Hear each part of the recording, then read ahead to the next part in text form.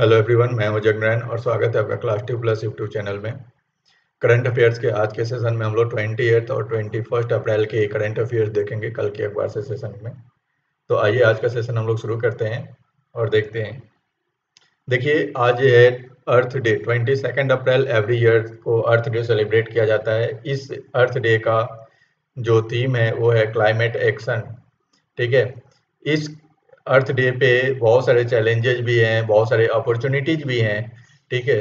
तो क्लाइमेट को बदलने के लिए have distinguished the issues as the most pressing topic for the 50th anniversary. ये 50वां साल मनाया जा रहा है।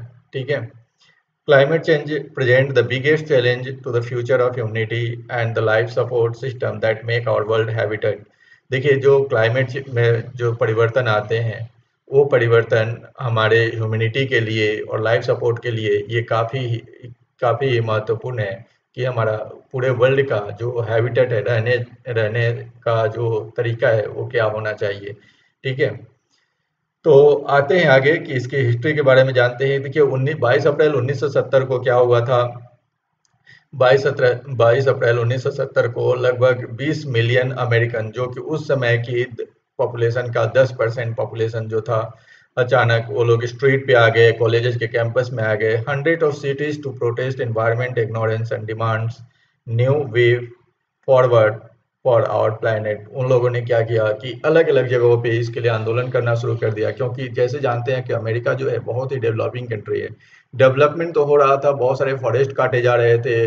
ठीक है। डेवलपमेंट के नाम पे देखा गया और इससे जो जीव जंतु हैं वो उनका हैबिटेट खत्म हो रहा था, उनका अस्तित्व भी खत्म हो रहा था। तो इसके लिए उन लोगों ने आंदोलन किया। लगभग देखिए 10%, उस समय के 20 मिलियन अमेरिकन यानी पॉपुलेशन का 10% था, वो लोग पूरे रोड पे आ गए और कैंपस में जहां से उनको मौका मिला वहां से आंदोलन करना शुरू किए। ठीक है।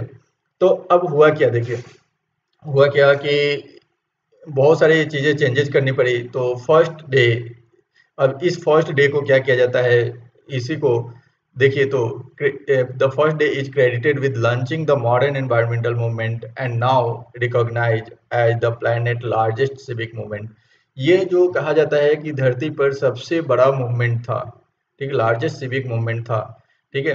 First day 1970 launch 90 first day the first earth day in 1970 launch a way of action including the passage of landmark environmental law in the United States। इन्होंने क्या किया, ये जो फर्स्ट जो अर्थ डे सेलिब्रेट किया गया 1970 को, इन्होंने यूनाइटेड नेशन को ये वादे कर दिया कि आपको लॉ बनाना ही पड़ेगा। और इसके लिए क्या क्या हुआ, देखिए the clean air, the clean water, endangered species act were created in response to the first day in 1970। इसके लिए देखिए 1970 में एक आंदोलन ने कई सारे एक्ट बनवा दिए, कई सारे लॉ बनवा दिए। क्लीन एयर के लिए लॉ बना दिए, क्लीन वाटर के लिए इंडर्जेंट स्पेसिस एक्ट बनवा दिए गए। ठीक है। As well as creation of environmental protection agency, इसके अलावा एनवायरमेंटल प्रोटेक्शन एजेंसी भी बनवाई गई। ठीक है। मेनी कंट्रीज एडॉप्टेड सून सिमिलर लॉ, और बहुत सारे कंट्रीज ने इसको अडॉप्ट भी किया। देखिए, तो अर्थ डे जो है इसके बहुत सारे सिग्निफिकेंसेस है। 2016 में United Nation choose Earth Day as the day when the historic Paris agreement on climate change was sign into force. देखिए, 2016 में पेरिस एग्रीमेंट क्लाइमेट चेंज के ऊपर साइन किया गया और इसमें लगभग 197 कंट्रीज ने पार्टिसिपेट किया है। आइए तो हम लोग देखते हैं कि पेरिस एग्रीमेंट क्या है। तो थोड़ा सा पेरिस एग्रीमेंट के बारे में जान लेते हैं। देखिए, पेरिस एग्रीमेंट क्या है। पेरिस एग्रीमेंट इसलिए बनाया गया था, the Paris agreement is an agreement within the United Nation framework convention on climate change dealing with green house gases emission mitigation adoption and finance, sign in 2006। देखिए, green house से कैसे deal करना है, कितना कोई भी industries है तो उसे कितना ग्रीन हाउस गैस एमिशन हो सकता है, एडॉप्शन क्या क्या करने हैं, इन सभी के ऊपर लॉ बनाया गया 2016 में। ठीक है। जिसको हम लोग पेरिस एग्रीमेंट बोलते हैं। ठीक है। अब पेरिस एग्रीमेंट में ये कहा गया कि एक ग्लोबल फ्रेमवर्क सेट किया गया to avoid danger climate change by limiting global warming to be well below 2 degree Celsius and pursuing effort to limit it to 1.5 degree Celsius. ये बनाया गया कि देखिए कोई भी ग्लोबल वार्मिंग के चलते जो आपका ग्रीन हाउस इम्पैक्ट है वो 2 डिग्री सेल्सियस से ज़्यादा टेम्परेचर नहीं बढ़ना चाहिए और ध्यान रखना चाहिए कि 1.5 से ज़्यादा ना जाए, इसके आसपास हो तो चलेगा। It also aim to strengthen the country's ability to deal with the impact of climate change and support them in their effort। और इसमें ये भी बनाया गया, इसका ये भी एक लक्ष्य था कि जो भी कंट्रीज है उसको इस इम्पैक्ट से, क्लाइमेट चेंज के इम्पैक्ट से बचाया जाए, सपोर्ट किया जाए, जो भी इसको afford support them in their effort, इसके जो भी कंट्रीज में प्रयास करेगी तो आप इसमें इसको सहायता की जाएगी। ऐसे आपने बहुत सारी चीज़ें देखी होंगी, जैसे बहुत सारे कंट्रीज में पेड़ लगाने के लिए बात की जाती है कि इतने पेड़ लगाए गए, जैसे म्यूनसिपल कॉर्पोरेशन से लेकर बहुत सारे ऐसे सोशल वर्कर्स भी हैं जो पेड़ लगाते हैं आज के डेट में, ठीक है। The Paris agreement is set out to improve upon and replace the Kyoto protocol. देखिए इसके पहले जो था, इसके पहले क्योटो प्रोटोकॉल बनाया गया था पेरिस एग्रीमेंट के पहले, जो कि आपका 2012 में ये लगभग खत्म हो गया था, ठीक है। An earlier international treaty designed to curb the release of greenhouse gases. It entered into force on November 4th, 2016 and has been signed by 197 countries, ratified by 187 as of November 2019। देखिए पेरिस एग्रीमेंट में लगभग हमने पहले ही बताया कि 197 countries participate किए हैं, इस एग्रीमेंट को साइन किए हैं और 187 ने तो इसको अडॉप्ट भी किया है, रेक्टिफाइड भी किया है। देखिए क्योटो प्रोटोकॉल क्या था, इसको क्योटो एकॉर्ड्स भी कहा जाता है। क्योटो प्रोटोकॉल था इसके पहले, पेरिस एग्रीमेंट के पहले इसे लाया गया था कि इसे ग्रीन हाउस गैसेस के बारे में कि ग्रीन हाउस गैसेस का कितना लिमिट होना चाहिए, इसको मैंडेटरी किया गया था, set mandatory limit on green house gas emission, ठीक है। अब green house gas effect is the warning effect of the sun on green house gases such as carbon dioxide, the act or to trap this heat in our atmosphere।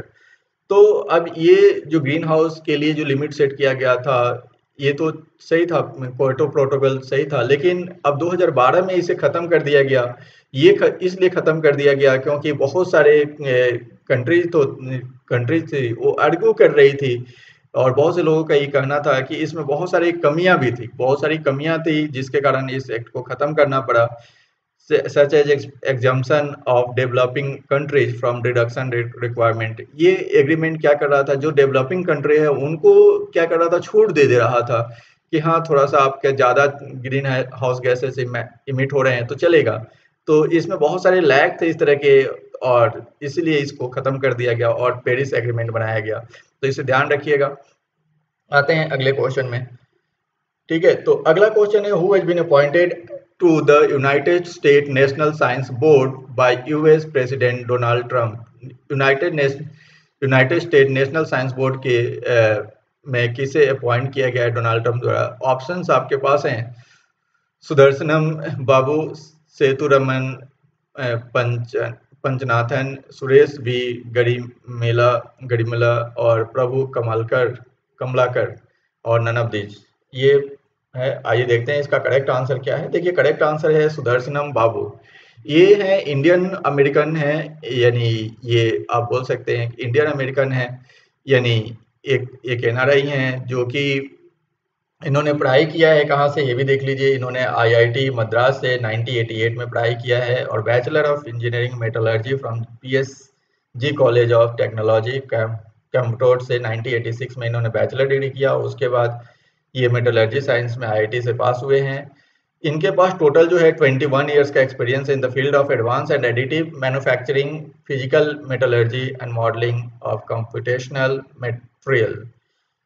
अभी ये जो है director of Bridson centre for interdisciplinary research and graduate education, इसके अभी ये director के पद पे हैं, ठीक है। और इनको ही मिस्टर डोनाल्ड ट्रंप ने क्या किया कि इनको अभी यूनाइटेड नेशनल साइंस बोर्ड का इनको मेंबर बनाया है, ठीक है।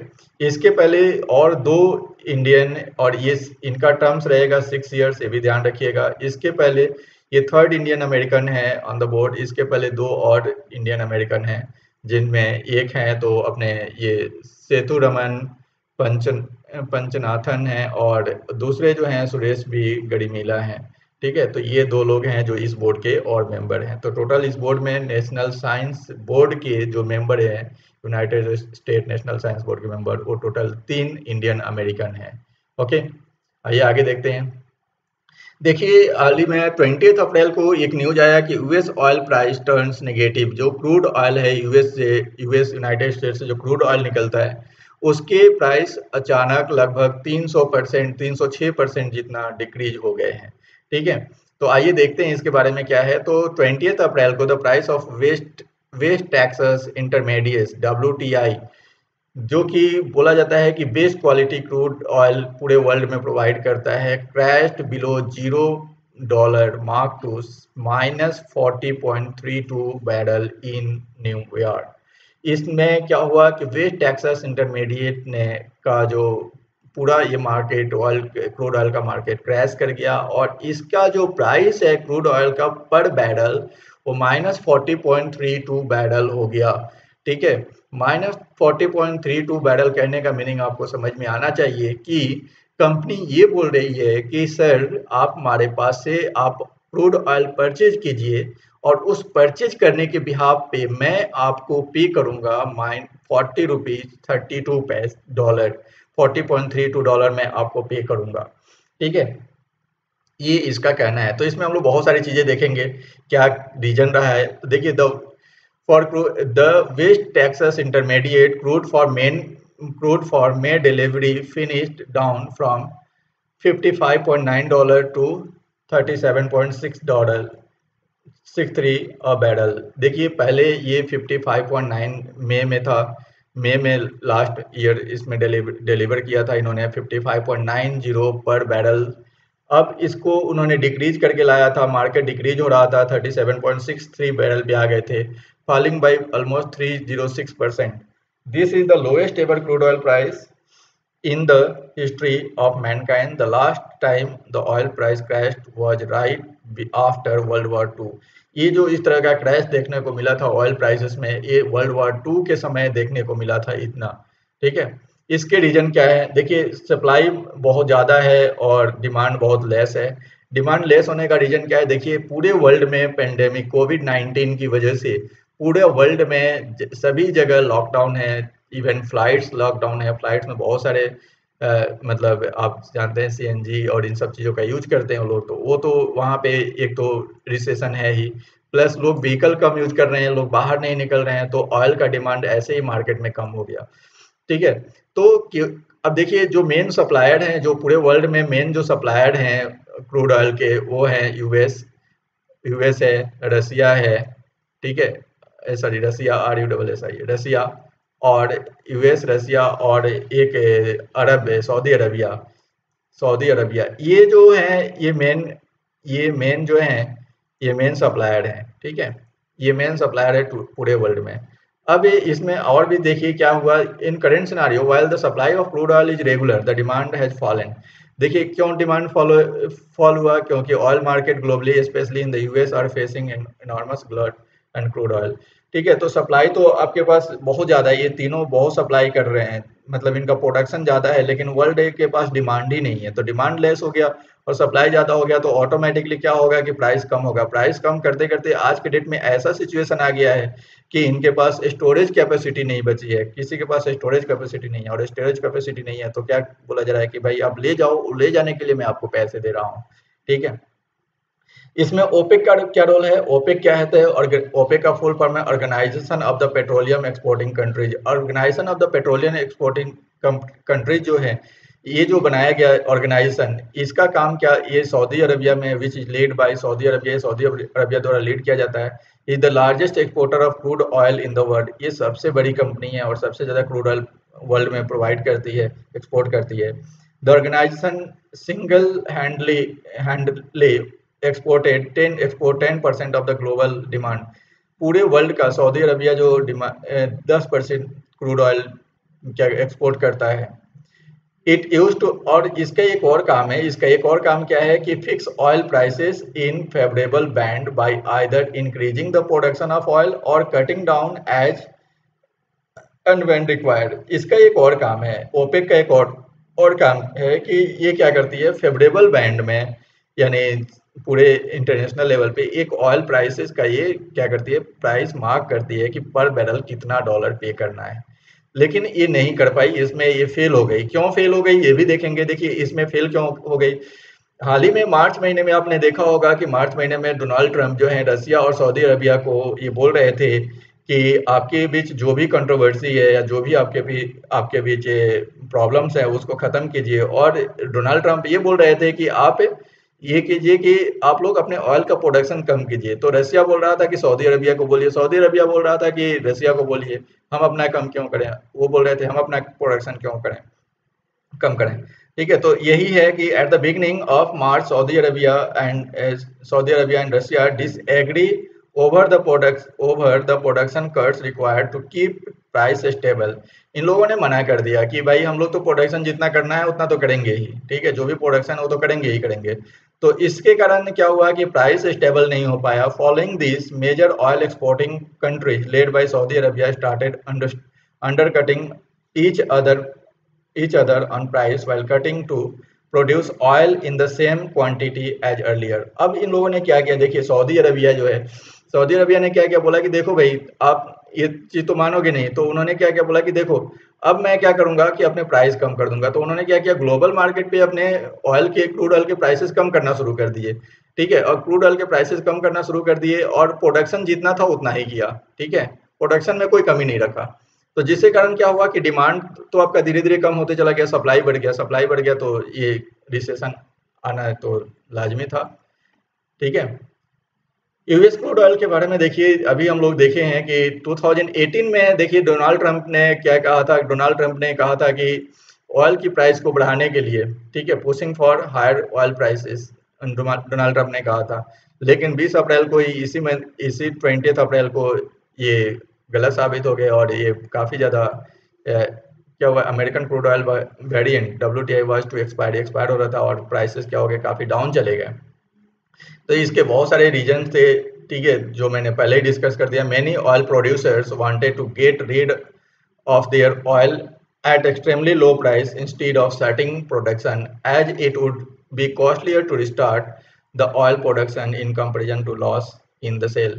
देखिए जो ऑयल कंपनियां हैं वो बोल रही हैं कि देखो हम लॉस में बेच देंगे, भले लॉस में बेच देंगे तो हमें उतना प्रॉब्लम नहीं होगा। जैसे कि अब मान लीजिए कि फैक्ट्री है और जो भी ऑयल कंपनी है वो ऑयल प्रोड्यूस कर रही है, यदि वो बंद कर देंगी तो फिर से उसको रिस्टार्ट करने में उनको पास जितना जितना कॉस्ट आएगा उससे ज़्यादा, उससे कम कॉस्टिंग आ रहा है उनको लॉस में सेल कर देने पर। तो ये बोल रहे हैं कि हम क्यों ना लॉस में सेल करें। तो भले वो लॉस में सेल करने के लिए तैयार हैं लेकिन अपना प्रोडक्शन कम करने के लिए तैयार नहीं है। हाँ, प्रोडक्शन को कम किया जा सकता है लेकिन शट डाउन नहीं कर सकते हैं, ये अपने कंपनी को शट डाउन नहीं कर सकते हैं। अब दूसरा दूसरा पहलू भी देखते हैं। देखिए ये है प्रोड्यूसर, आप एक बात समझ के रखिए, ये प्रोड्यूसर है और ये जो है बायर है। अब बायर के सामने क्या प्रॉब्लम है ये भी देखिए।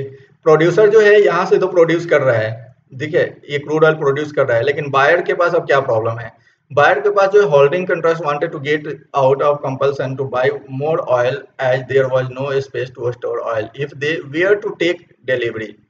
For them, it would be more costlier to accept the oil delivery, pay for its transportation and storage facility at the time when oil storage options running running, and there is no surety for how long the lockdown will continue. अब देखिए ये buyer है, ये तो produce करके बोल रहे हैं कि देखो भाई आप लॉस में भी ले जाओ, ये बायर को बोल रहे हैं कि आप लॉस में भी ले जाओ, लेकिन इस बायर के पास ऑलरेडी इसने परचेज किया हुआ है पहले, तो इसके पास स्टोरेज, एक तो प्रॉब्लम क्या है कि इसके पास स्टोरेज कैपेसिटी नहीं है।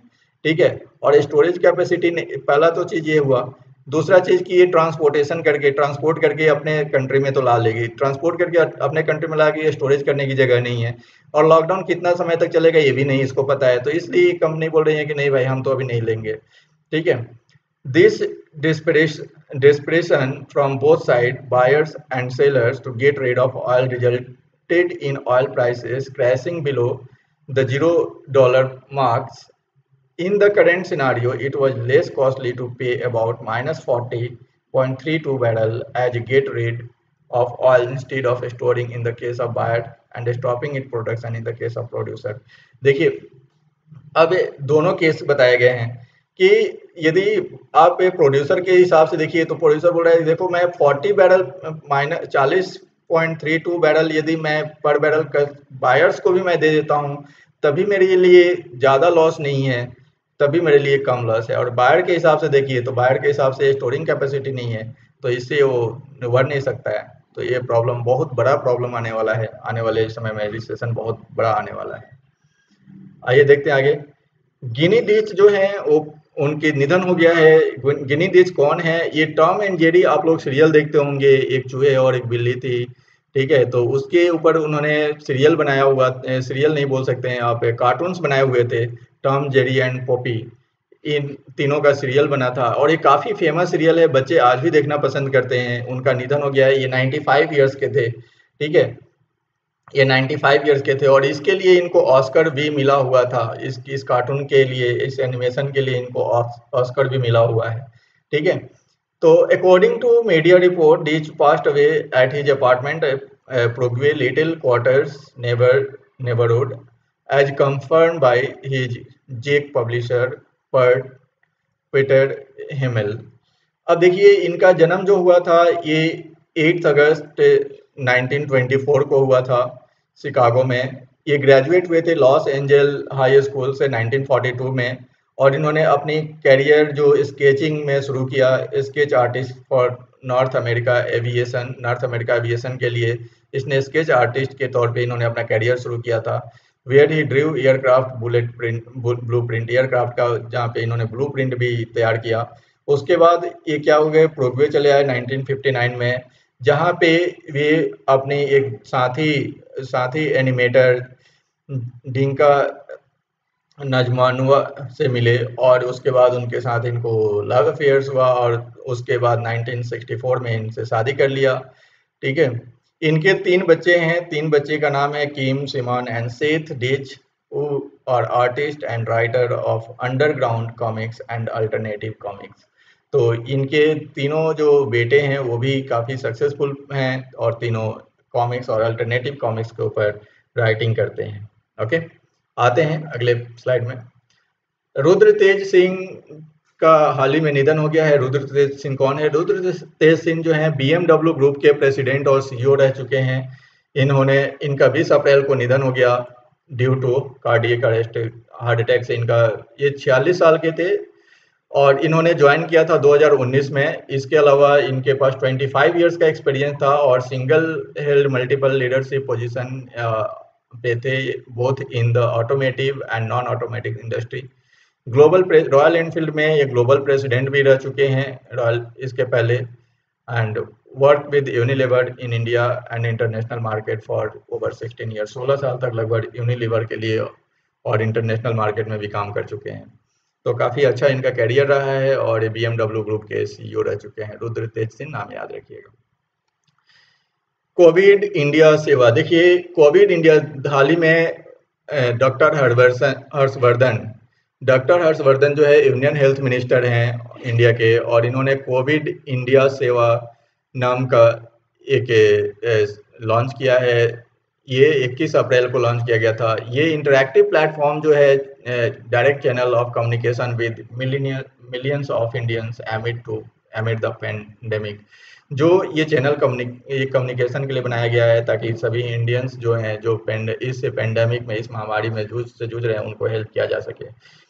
He initiated it, his initiative is aimed at establishing, enabling transparent e-governance delivery in real time, answering citizens' queries swiftly at a scale, especially in crisis situation like the ongoing covid pandemic. इनका ये था कि ये जो e governance service चालू किया इन्होंने ताकि सिटीजन्स की कोई भी क्वायरी जो हो उसका बहुत ईजिली जवाब दिया जा सके हर स्केल के ऊपर, और इन खासकर इस कोविड-19 पेंडेमिक में, ठीक है? अब इससे होगा क्या? Through this platform people can post queries. आप @कोविड इंडिया सेवा इस पे अपनी क्वेरीज को पोस्ट कर सकते हैं और उस रियल टाइम में आपको आंसर मिलेगा। Then responded to in almost real time, उसी समय आपको जवाब मिलेगा। जैसे आप लोग देखे होंगे कि रेलवे सेवा में क्या होता है कि रेलवे में रेलवे के ट्विटर हैंडल पे यदि आप कुछ ट्वीट कीजिए तो यदि आपकी इमरजेंसी है तो कई बार आपको रन रन टाइम में रियल टाइम में ही आपको रिस्पॉन्स मिल जाता है। ठीक है, तो इस तरह से सेवा है ये। कोविड 19 कोविड इंडिया सेवा जो है work of a dashboard at the back and that help process large volume of tweets, convert them into resolved tickets and assign them to the relevant authority of the real time resolution। ये जो इस पे जो भी queries होगा इसके backend में क्या क्या चीज़ें होने वाली हैं, बैकएंड में जो चीज़ें होने वाली हैं ये ट्वीट्स में कन्वर्ट होगा और एक टिकट एक कंप्लेन के तौर पे इसे लिया जाएगा और इसके रिगार्डिंग जो भी अथॉरिटी वहाँ पे असाइन किए गए हैं उनके डेस्क पे क्वारी चला जाएगा। अब इससे क्या होगा जिससे सभी लोग बेनिफिट हो, everyone can benefit from the response received around common queries because of its transparency. इसकी ट्रांसपेरेंसी की वजह से इसमें सभी लोगों को इसमें हेल्प मिलेगा। It is important to note that ministry will respond to broader queries and public health information. This doesn't require the public to share personal contact details or health record details. इसमें किसी भी public को अपना personal details नहीं देना है, contact details नहीं देना है, अपने हेल्थ रिकॉर्ड्स के डिटेल्स नहीं देने हैं। जो भी आप क्वेरी वहाँ पे लॉन्च करोगे उसी क्वेरी से रिलेटेड आपको इन्फॉर्मेशन प्रोवाइड की जाएगी, वो भी रन टाइम में।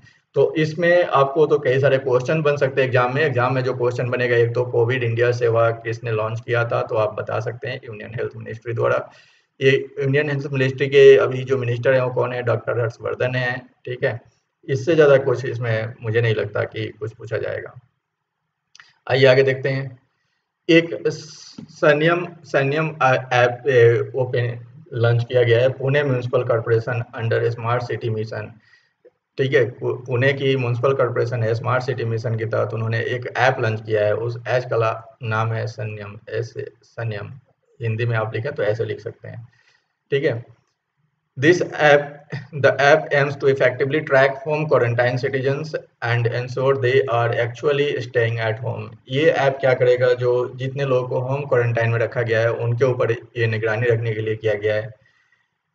The app has been developed to monitor home quarantine citizen।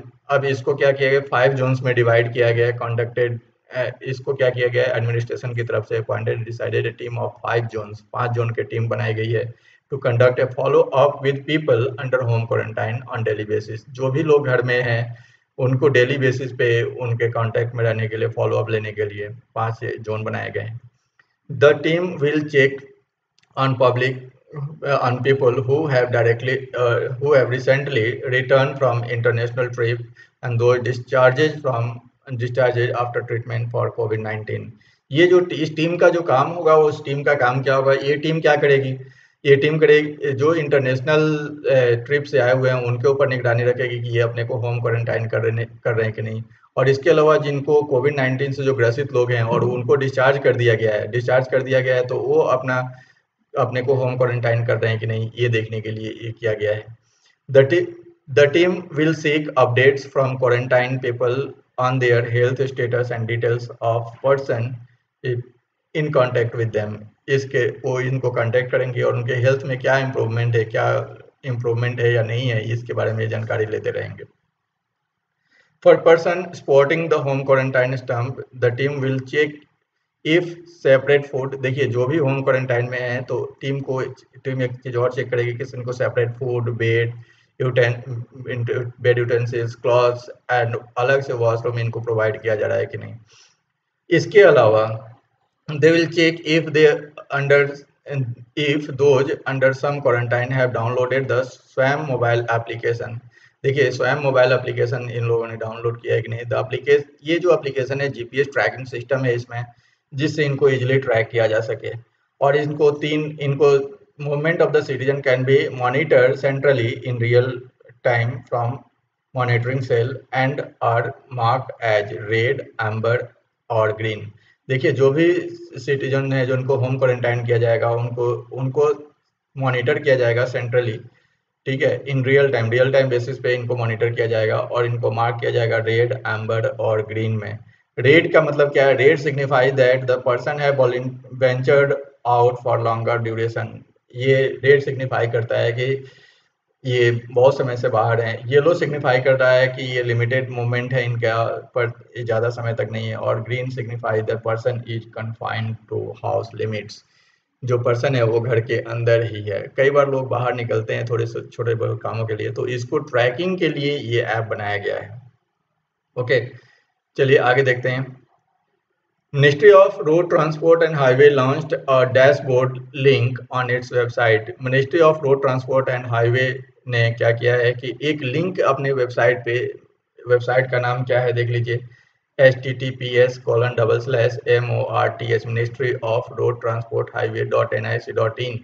इस पे एक लिंक प्रोवाइड किया है। लिंक का क्या है, dhaba truck repair shop open during कोविड-19। ये टाइप करना पड़ेगा इस लिंक में स्लैश देकर। तो जैसे यहाँ पे लिंक, तो ये लिंक ओपन हो जाएगा। इसमें क्या है देखिए, जो भी ढाबा जो हैं और ट्रक रिपेयर शॉप हैं available across the country by various organization like National Highway Authority of India, States and oil marketing companies. इन लोगों ने जितने ढाबा या फिर आप बोल सके हैं कि ट्रक रिपेयर सेंटर ओपन करके रखे हैं, इसका इसका डिटेल्स यहाँ पे मिल जाएगा इस लिंक पे। तो ये लिंक क्या करेगा, the website will facilitate the truck and cargo drivers and cleaners in their movement while traveling between different places of the country, delivering required goods during the lockdown which was imposed to contain the COVID-19 pandemic। देखिए, ये जो driver हैं या cargo driver हैं या cleaners हैं, ये पूरे कंट्री में जहाँ भी मूवमेंट करेंगे तो उनको खाने पीने के लिए जो भी चीज़ें चाहिए, तो ये पेंडेमिक की वजह से यहाँ पे डिफरेंट प्लेसेस में, तो ये इनको ये वेबसाइट इनको ये फैसिलिटी प्रोवाइड करेगा। इनको बता देगा कि यहाँ पे ये चीज़ है, यहाँ पे आप कर सकते हैं। ठीक है, पर्टिकुलर जगह का नाम बता देगा। Regular contact is being maintained with various stake holders particularly state and union territories, oil marketing companies etcetera. और भी जो लोग हैं जैसे नेशनल हाईवे है, is providing information that is then updated on the dashboard link on the ministry of road transport and highway website. इनसे regular में इनसे कांटेक्ट में रहेंगे और इन ये जो स्टेक होल्डर्स हैं, स्टेट यूनियन टेरिटरीज हैं, ऑयल मार्केटिंग कंपनीज हैं, ये इनको क्या करेंगी, डायरेक्ट रेगुलर इन्फॉर्मेशन देती रहेंगी इनके कांटेक्ट में। इसके अलावा नेशनल हाईवे अथॉरिटी ने सेंट्रलाइज कॉल नंबर 1033 भी इनेबल करके रखा है, जिससे इन ड्राइवर्स और क्लीनर्स को हेल्प किया जा सके कि ढाबा और रिपेयर शॉप पे माफ़ कीजिएगा, रिपेयर शॉप को फाइंड आउट करने में। इसके अलावा क्या होगा देखिए, इट में भी stated that dhabas and repair shop drivers cleaners और any others person in the chain of movement. इसके अलावा देखिए, ये जो पर्सन है जो भी इस चेन में है, जो गुड्स ले जा रहे हैं, self follow movement of goods, ये जो गुड्स नेसेसरी गुड्स पहुंचा रहे हैं, इनको पूरे जो गाइडलाइंस है हेल्थ केयर प्रोटोकॉल का वो फॉलो करना पड़ेगा, जैसे सोशल डिस्टेंसिंग और use of mask, hygienic, hand wash करना, ये सब प्रिकॉशन लेना पड़ेगा। ठीक है, ओके, तो आज का सेशन यहीं पे समाप्त होता है। आज हमारे चैनल को लाइक करें, सब्सक्राइब करें और शेयर करें। फेसबुक और इंस्टाग्राम पे आप हमें फॉलो कर सकते हैं, टेलीग्राम पे ज्वाइन कर सकते हैं, और यदि आपके कोई भी डाउट्स हैं तो आप class2plus@gmail.com पे सेंड कर सकते हैं। वीडियो देखने के लिए बहुत बहुत धन्यवाद। फिर मिलेंगे हम लोग अगले वीडियो में, नए सेशन में। तब तक के लिए आप घर में रहें, सुरक्षित रहें और स्वस्थ रहें। धन्यवाद।